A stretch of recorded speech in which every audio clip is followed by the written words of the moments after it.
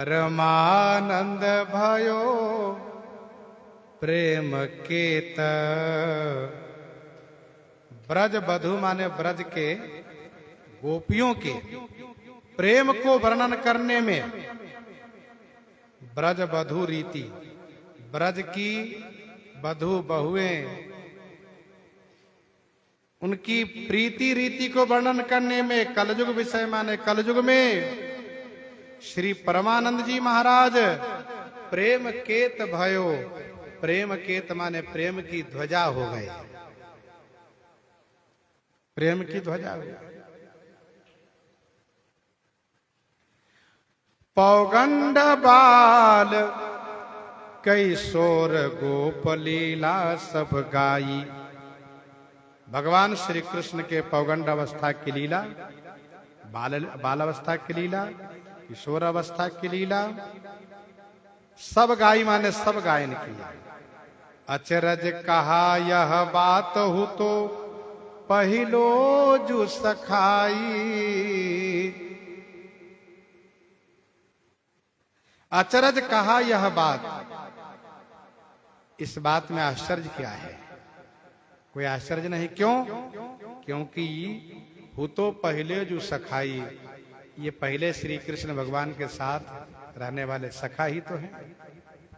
भगवान श्री कृष्ण चंद्र जी अपने सखाओं के साथ 11 वर्ष तक लीला किए, सखाओं की इच्छा पूर्ति नहीं हुई, इसलिए फिर से जन्म लिए।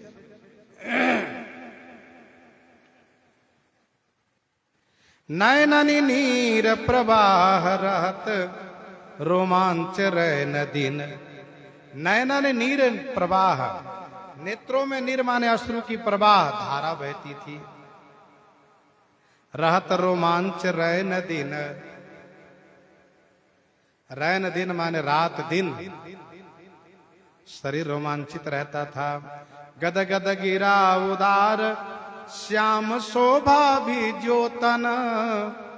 गदगद गिरा, गिरा माने वाणी इनकी गदगद रहती थी।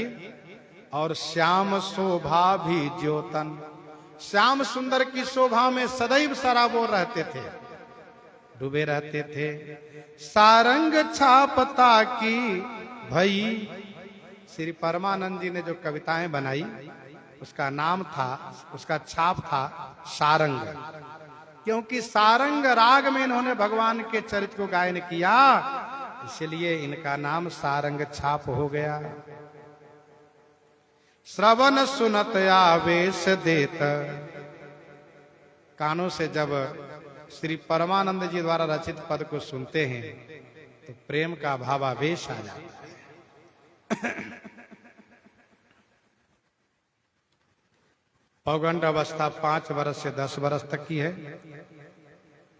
किशोर अवस्था 11 से लेकर के 15-16 तक है। श्री परमानंद जी महाराज का जन्म कन्नौज, कन्नौज में कान्य कुब्ज ब्राह्मण कुल में हुआ। मार्ग शीर्ष शुक्ल पक्ष 7वीं तिथि को। जिस दिन इनका जन्म हुआ उस दिन एक यजमान इनके पिताजी को बहुत धन प्रदान किए, बहुत धन दिए, तो बहुत आनंद प्राप्त हुआ। इसलिए पिताजी ने इनका नाम परमानंद रखा। ज्योतिषियों ने भी जब विचार किया तो इनका नाम परमानंद ही उपयुक्त लगा।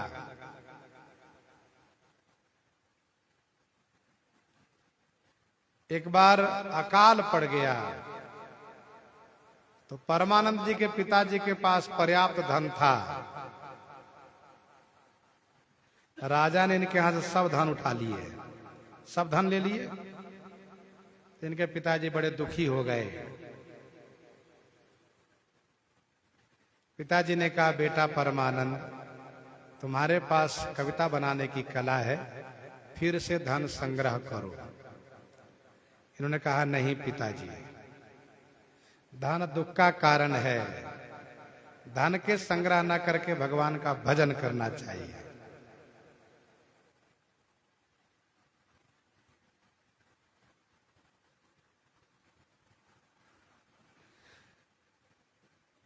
इस प्रकार से उपदेश दिए।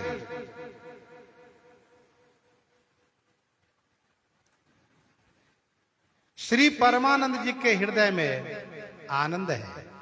पिताजी ने कहा मैंने तुम्हारा विवाह नहीं कराया, धन तो समाप्त हो गया। परमानंद जी ने कहा मुझे विवाह करना भी नहीं है, धन के चक्कर छोड़िए, भजन कीजिए। खूब कीर्तन गाते हैं, भगवान के गुण गाते हैं, सुनकर के लोगों को अत्यंत सुख प्राप्त होता है। परमानंद जी आगे तीर्थराज प्रयाग में, प्रयाग में आए, वहां पर बड़ा आनंद आया। संतों को गुण गा करके सुनाना शुरू किए। श्रीमद वल्लभाचार्य जी महाराज अड़ैल गांव में रहते थे। उनके जलघरिया था एक, जिनका नाम कपूर था। वह भी कीर्तन सुनने के लिए आया करता था और कीर्तन सुनकर के स्वामी जी को सुनाता था। स्वामी जी ने कहा वह भगवदीय जीव है, इसलिए उसकी ख्याति तो होगी ही परमानंद की।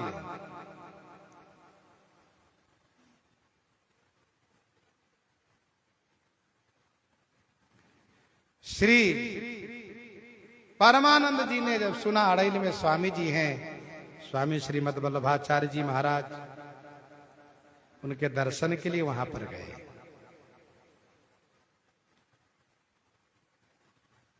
कपूर जी के साथ वहां गए, उनके चरणों में प्रणाम किए। श्रीमद वल्लभाचार्य जी ने कहा पद गा करके आप सुनाइए। वह पद गाइए जिससे कि भगवान के चरणों में प्रेम हो। इन्होंने पद गाया, जिए की साध जो जिए ही रही री, यह पद गाया। स्वामी जी ने कहा, आचार्य पाद ने कहा कि भगवान श्री कृष्ण चंद्र की बाल लीला गाइए। इन्होंने कहा मुझे बाल लीला का अनुभव नहीं है। तब कहा जाकर स्नान करके आई, संगम में स्नान करके गए, उनको दीक्षा दिया, भगवान के चरित्र का अनुभव कराया। फिर गायन शुरू किया इन्होंने।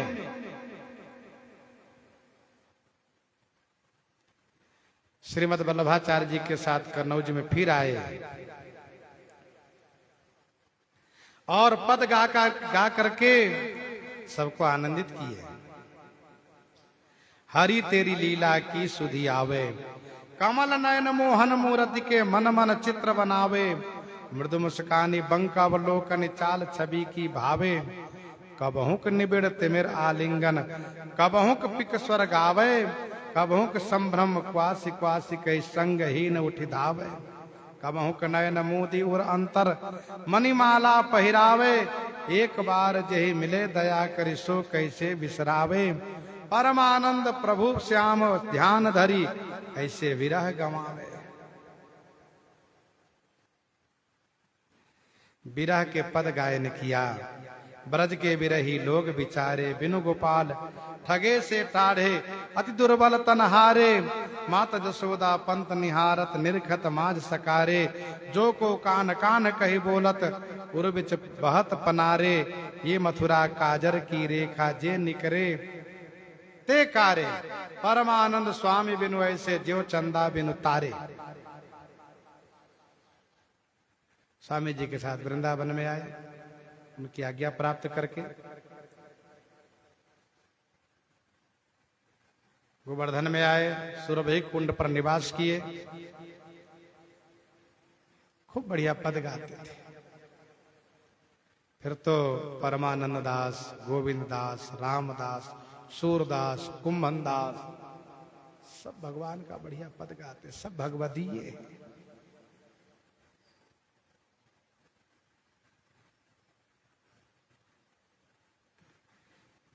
एक दिन परमानंद जी नहीं दिखाई दिए। स्वामी जी ने पूछा, शिष्यों ने कहा कि वो तो प्रणाम करके चले गए।